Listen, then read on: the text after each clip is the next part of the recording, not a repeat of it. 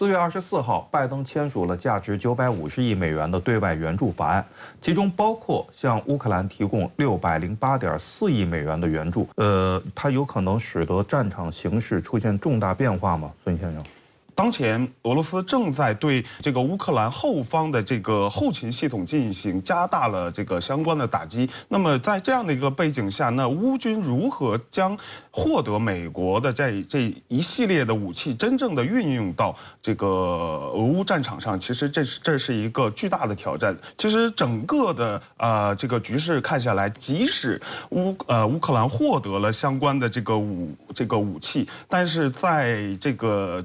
整个俄乌战场上，最多是能够在局部产生一定的作用，而想要在全局这个改变双方的实力和力量的对比，是这个不具有现实的这样的一个作用的。但是可以确定的是，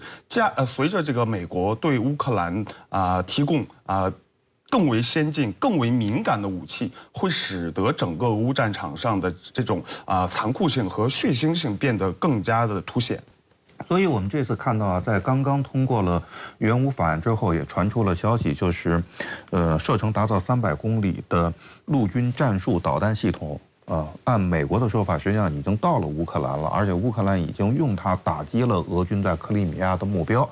那么在此之前呢，美国在提供远程武器这方面还是非常小心的，是非常谨慎的，因为担心刺激俄罗斯。但是现在呢，陆军战术导弹系统也给了乌克兰，现在不担心刺激俄罗斯了吗？管先生怎么看？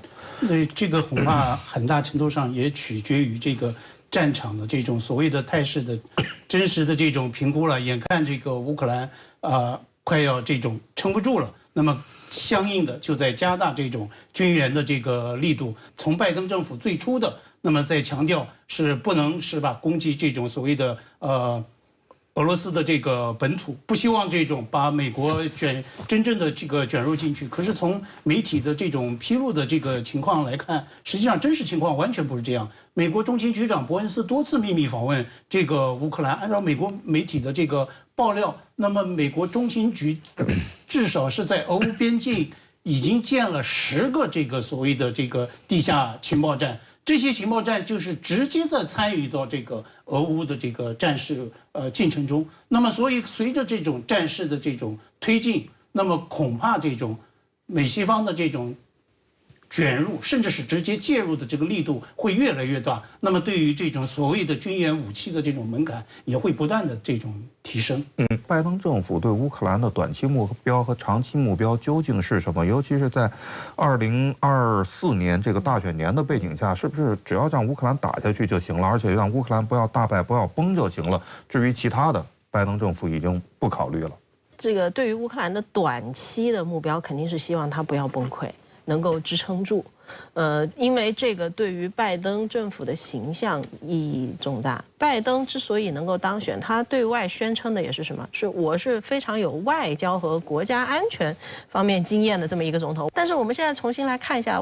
拜登的在外交方面，这几年这3年多哈，几乎都是这个怎么说呢？乏善可陈吧。乏善可陈，对，您这个词用的特别好，对吧？首先阿富汗撤军，然后后面俄乌冲突他也没有那个拦住哈，然后现在中东又爆发了这个战争哈。就我们说的哈，就是你可以没有成绩，但是你不能再犯错误了。第二点，我觉得比较重要的是什么呢？就是目前美国的外交就走在很重要一个分岔口上。拜登他是希望继续坚持他这样一种国际主义的路线的。所以对他来说，乌克兰不能输，国际体系不能崩，美国的盟友体系不能崩。对于他来说，这个是很重要的。长期的战略规划是希望通过俄乌的冲突达到一石二鸟之计。第一鸟是什么？能够长期的削弱俄罗斯，能够让俄罗斯失血。第二鸟很重要的第二鸟是什么？是通过俄乌冲突控制住欧洲的盟友。请教一下陈女士，就是围绕着对乌援助这个问题，美欧之间好像也存在互相算计，是这样吗？对，这个博弈是非常明显的。首先是美国存在巨大的不确定性，现在作为美国的盟友，最担心的就是2024年大选结局，最后如果特朗普当选该怎么办？因为特朗普当选的话，很多拜登政府能够给出的政治承诺也好，军事方的支持也好啊，都会大打折扣。而美国目前对于俄乌战争，它的定位就是绝对不能干扰拜登的大选，绝对不能轻易的升级战端，绝对不能把美国拖下水。为什么？美国最大的战略目标在印太啊，美国最大的战略目标就不是俄乌战场，所以它已经双线作战了，它已经俄乌一条线，中东一条线，虽然都没有直接下场，都已经投入大量的资源。如果是真的给拖下水的话，那么是美国的战略的巨大的失败。我认为美国国安会这帮做决策的人，他们还是很清晰的，他们不可能被拖下水。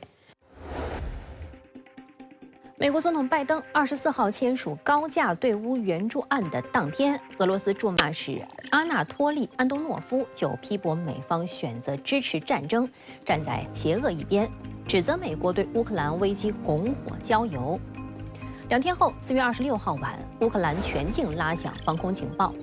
一名乌克兰安全部门高级官员表示，俄罗斯加强了对乌克兰铁路网络的打击，目的是使乌方军事供应，特别是西方军备的供应瘫痪，为新一轮进攻做准备。外界关注到，铁路基础设施对乌克兰的客运、贸易和军队都尤为重要，因为自2022年2月俄乌冲突爆发以来，乌克兰的所有民用航空交通都已瘫痪。对此，乌克兰国内有分析认为，这些都是发动大规模攻势之前的典型措施。预计未来几周，俄罗斯将发动更大规模的攻势。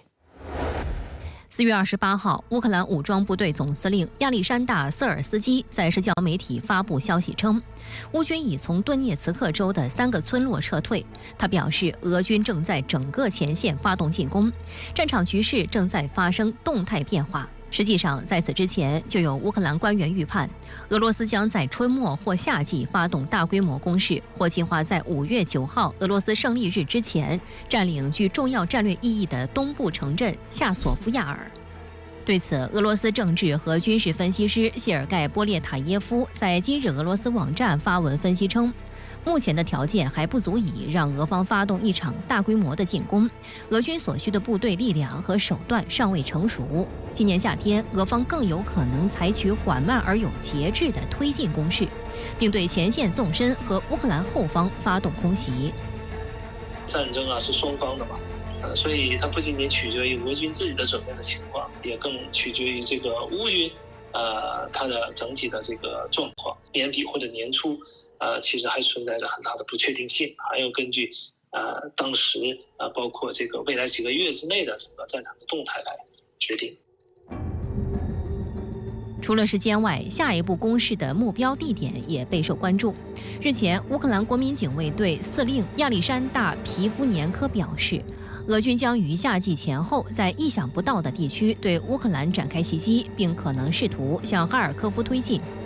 对乌克兰而言，哈尔科夫具有重要象征意义。乌总统泽连斯基曾称其为乌克兰的首都之一。从战略角度来讲，俄军攻打哈尔科夫不仅是建立一个军事缓冲区那么简单，更重要的是，哈尔科夫是乌克兰重要的工业中心。一旦被拿下，不仅会影响到乌克兰国防工业，更会让乌克兰经济遭受重创。同时，俄军还能通过哈尔科夫直接穿插到顿巴斯北部袭击乌军，届时顿巴斯地区的乌克兰守军将腹背受敌。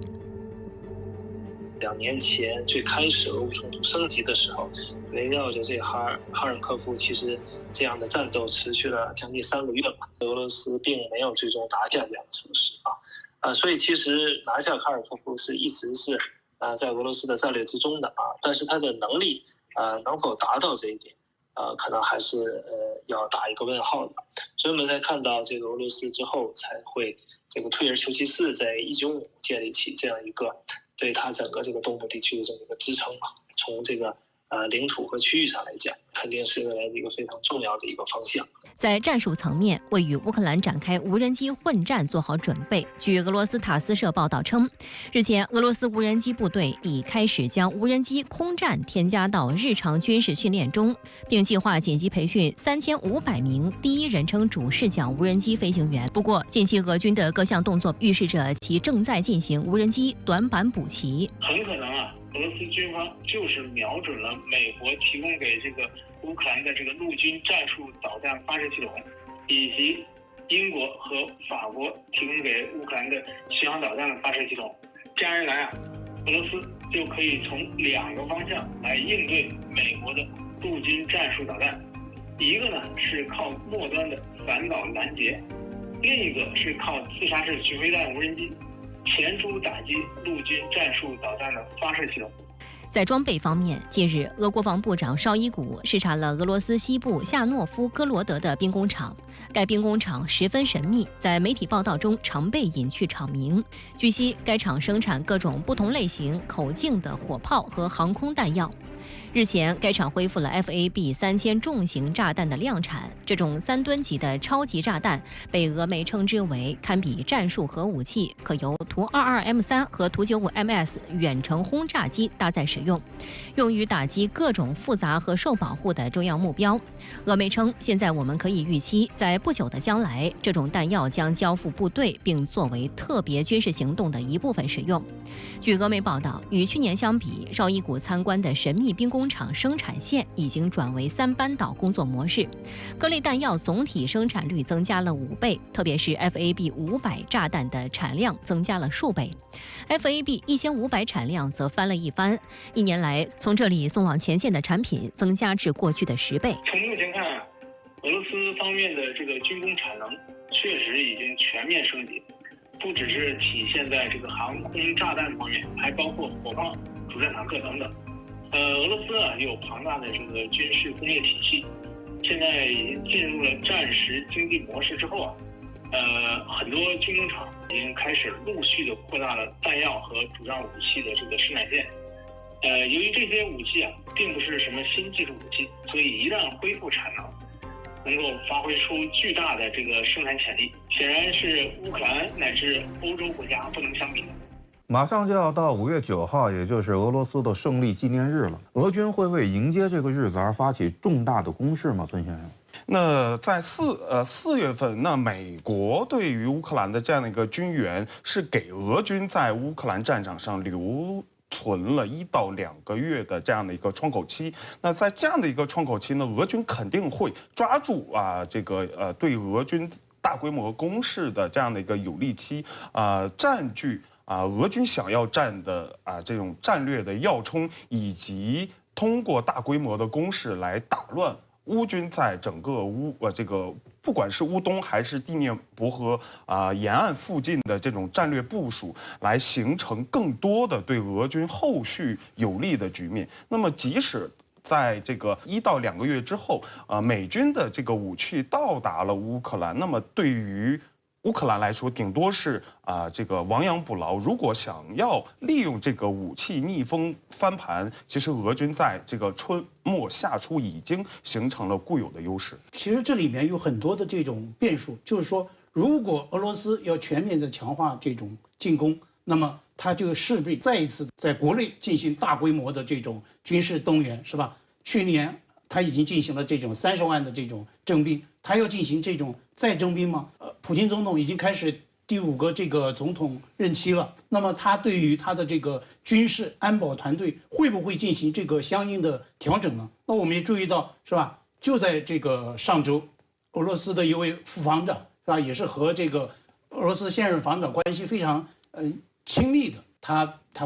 现在面对这种贪腐的这个调查，那这个是不是仅限于他一个人，还是说这个事件还会继续的这个扩散？恐怕这些都可能会影响这个所谓战场的这个态势。现在呢，确实608.4亿美元这个钱是批了，武器呢也会陆续的运到，但是对于乌克兰来讲，眼下最缺的是人。如果乌克兰的人力资源实在是撑不住了，北约国家的军队会出现在乌克兰吗？因为此前这个事儿法国总统马克龙说过。陈女士怎么看？北约国家的军队，我觉得也得看是美国的还是欧洲的，因为在这个问题上呢，实际上是有一些分歧的。如果是美国的军队的话，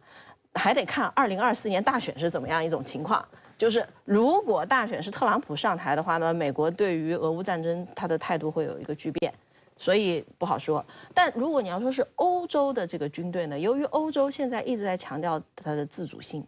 欧洲在维持俄乌的冲突的胜利成果的这个方面呢，是比美国更加坚定的，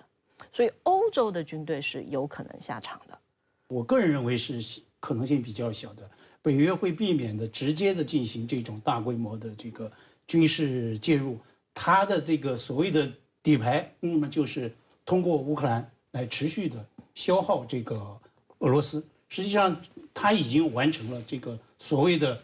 继续的东扩，是吧？芬兰、瑞典也都已经加入了这个北约，甚至是它会有最新的战略武器的在俄罗斯的边境的进一步强化的这种部署。它对俄罗斯是在继续在加大这种军事威慑的这样的一个力度。那么就俄罗斯而言，恐怕也会有这样的一种战略默契，就是要避免和北约发生这种所谓的正面的这个军事冲突，因为他在乌克兰已经他的国力，他的这个军力已经在以前所未有的速度在消耗。我看到一个数字，我也是感到很吃惊，就是说俄罗斯常态的可能每年是大概是有40万的这个所谓在监狱中有40万的这个犯人，可是在过去几年已经这个数字已经降到了26万。为什么？那么中间有很大一部分就是俄军要征用，甚至是包括像那些雇佣军武装也要去这个